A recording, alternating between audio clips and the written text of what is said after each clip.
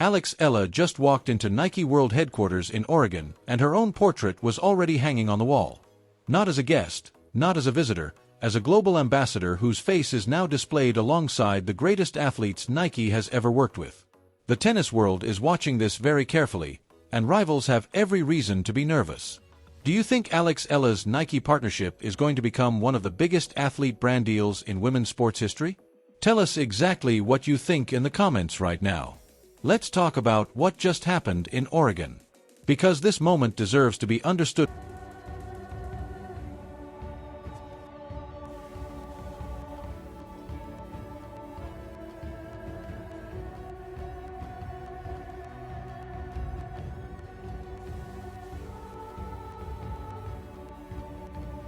fully and not just scrolled past as a nice social media post.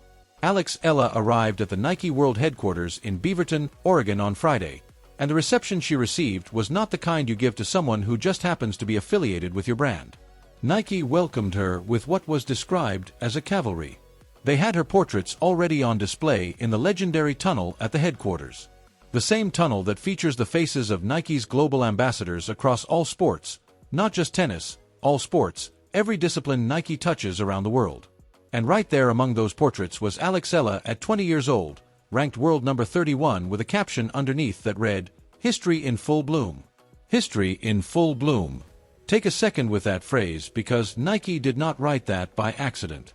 Every word in that building, every image, every caption is deliberate. Nike has one of the most sophisticated brand communications operations in the world. When they put history in full bloom under the portrait of a 20-year-old Filipina tennis player in their global headquarters tunnel, they're making a statement about how they see her,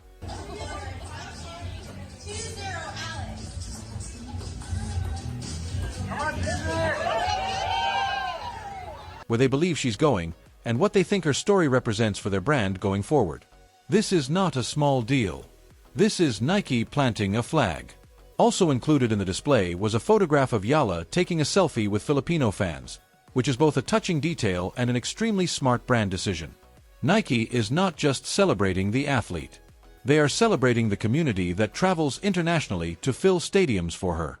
They are acknowledging that the Eala phenomenon is bigger than one player on a tennis court. It is a cultural wave with a fan base that is passionate, global, and growing with every tournament she enters. Putting that fan selfie on the wall at Nike HQ says, "We see all of it and we are proud to be part of it."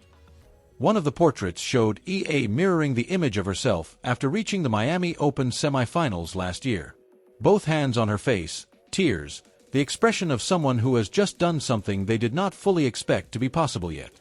That image became one of the defining photographs of her breakthrough season. The fact that Nike chose to replicate and display it at their headquarters is not subtle. They are saying that moment, that raw emotional reaction from a young woman who came through qualifying as a wild card and then knocked out and 2 Grand Slam champions to reach the Final Four is part of the story they want to tell with this partnership. And what a story it is! Let's go back to Miami last year because context matters here, and the full picture of how Eala arrived at this Nike headquarters moment is worth telling properly. She entered the Miami Open as a wild card coming through qualifying.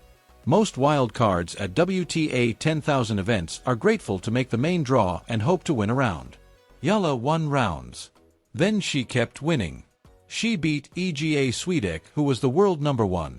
She beat Jelena Ostapenko, a Grand Slam champion. She beat Madison Keys, a fan favorite playing essentially at home in the United States. She reached the semifinals of one of the most prestigious events in women's tennis, and she did it from qualifying. She described that run herself as the moment that put her on the map. She said everything clicked right after that. She said her eyes were wide open for the first time to what was actually possible in her career, and the rankings confirmed it.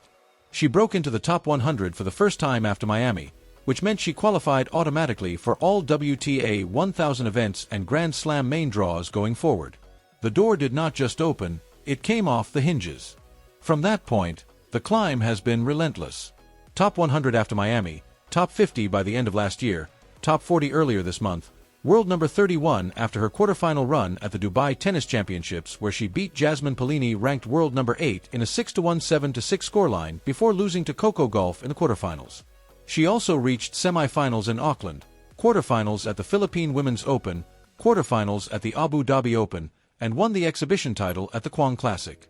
She made her Australian Open main draw debut in Melbourne. The only early exit in that entire stretch was a first-round loss at the Car Open.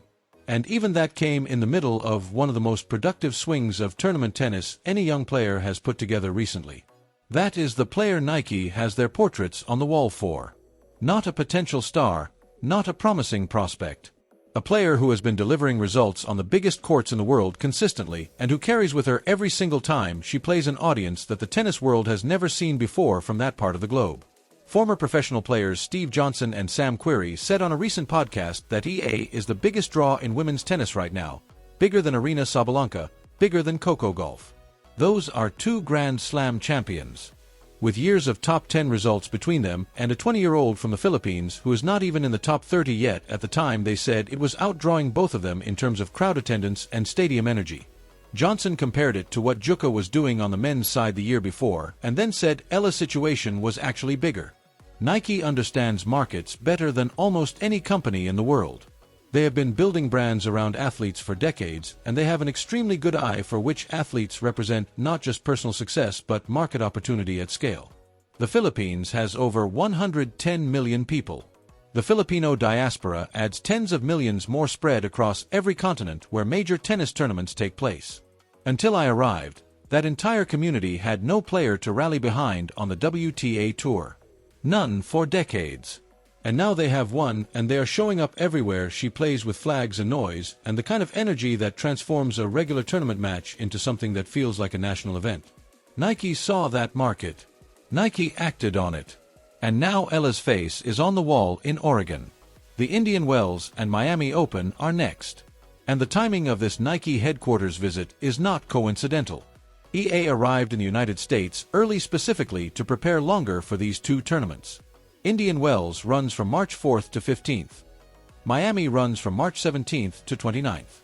These are back-to-back WTA 1000 events, the biggest tournaments outside the Grand Slams, and Eala will be competing at Indian Wells as a seeded player for the first time in her career. She earned that seeding by climbing to world number 31. That seeding gives her a protected draw. That means no top seeds in the early rounds. That means a cleaner path toward the later stages where last year she proved she can compete with anyone. Miami is the tournament where the portrait on the wall at Nike HQ came from. The tears, the disbelief, the moment she described as the highlight of her career. She is going back to that same tournament as a completely different player, better ranked, more experienced, with a bigger fan base traveling to support her. And with the full weight of a Nike global ambassador relationship behind her, the pressure is different this time. The expectations are higher, and she is walking into it after stopping at the most famous athletic brand headquarters in the world and seeing her own face on the wall. That is a psychological boost that money cannot buy and that no amount of professional coaching can replicate. Walking through that tunnel and seeing history in full bloom next to your portrait at 20 years old tells you something specific about how the people who know athletic stardom better than almost anyone else on the planet see your trajectory. Nike does not put faces on those walls for people they think might do something someday. They put faces on those walls for people they believe are already doing it. The rivals in women's tennis have been watching Eala's rise with the kind of attention that comes with genuine concern. When a player who is not yet in the top 10 starts getting seated at WTA 1000 events and commanding the biggest courts at every tournament she enters because the crowd she draws demand it. And when that player is also becoming a global brand ambassador for Nike and visiting their headquarters for a reception that includes her own portrait display, the message being sent to the rest of the tour is impossible to misread. This player is being treated as a top-tier athlete across every dimension of what that means in professional sports today. The playing, the marketing, the culture, the community, the tennis is already there. The results over the past year have demonstrated clearly that Eala belongs at the highest level of the women's game and is capable of beating anyone on her best day. The brand side of the picture is now matching the tennis side completely. Nike did not make Eala a global ambassador after she won a Grand Slam. They invested in her based on what they saw coming.